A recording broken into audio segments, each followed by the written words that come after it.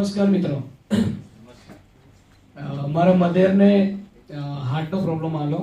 એ હાર્ટનો stroke આવ્યો હતો અને હાર્ટનો સ્ટ્રોક 2 ઓગસ્ટે આવ્યો હતો અને ડૉક્ટરે કીધું કે એમને વ્યારાની અંદર તમારે ત્યાં કોઈ હોસ્પિટલ નથી. હું વ્યારાથી બિલોંગ કરું છું અને ત્યાર પછી અમને બારડોલી મોકલેલા. બારડોલી આવ્યા અને એના પહેલાં ડૉક્ટરે બારડોલી મોકલીને પહેલાં અમે ઘરે લઈ ગયા મધરને અને થેરાપીથી અડધો કલાક થેરાપી આપી.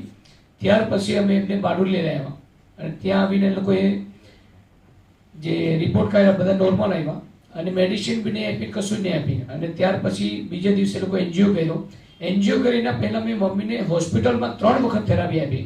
રાત્રે 12:30 વાગે, મોર્નિંગમાં 10:30 વાગે અને 3 વાગે થેરાપી આપી. ત્યાં 3:20 પછી એ લોકોએ એનજીઓ કર્યો ને એનજીઓગ્રાફી કરી. ત્યારે ચેક કર્યું તો રિપોર્ટ ટોટલી એટલે કે એને જો બ્લોકેજ હતો તે રિમૂવ થઈ ગયેલો હતો.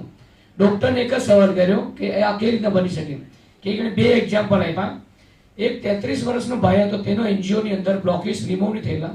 મારી મધરની ઉંમર 67 વર્ષ છે, 67 યર્સ. તો એ વસ્તુ મને આઈડિયા આવી કે આ ટેરાહર્સ ટેકનોલોજી કામ કરી ગયું. કેમ કે અમે આ પ્રોડક્ટની અંદર વર્કિંગ કરીએ ત્યારે ઘણી બધી ટેસ્ટો મને લેવી હતી યુએસની. કે યુએસની અંદર ઘણા બધા એવા વ્યક્તિઓ હતા જે લોકોએ હાર્ટ એટેક આવ્યો ને એ લોકોએ ટેરાહર્સનું થેરાપી લીધી. ત્યાર પછી લોકો હોસ્પિટલ લઈ ગયા. એ લોકોની અંદર એ પ્રોબ્લેમ નહીં જોવામાં આવ્યો કેમ કે એ રિમૂવ થઈ ગયેલો હતો. જે બ્લડ એનું જે ગટ બ્લડ હોય તે રિમૂવ થાય છે. એને લઈને મેં મારા મધરને ઉપર એક્સપેરિમેન્ટ કર્યું હતું અને એ વસ્તુ મારી મધરને ઉપર કામ કરી ગયું. અને આજની તારીખમાં મધર ફિટ અને ફાઇન છે, ગામડામાં રહે છે, આજે પણ ખેતરનું ફૂલ કામ કરે છે, કોઈ પ્રકારનું સર્જરી નથી કરતી. આ ટેસ્ટોને એકદમ લાઈવ છે મારા મતે.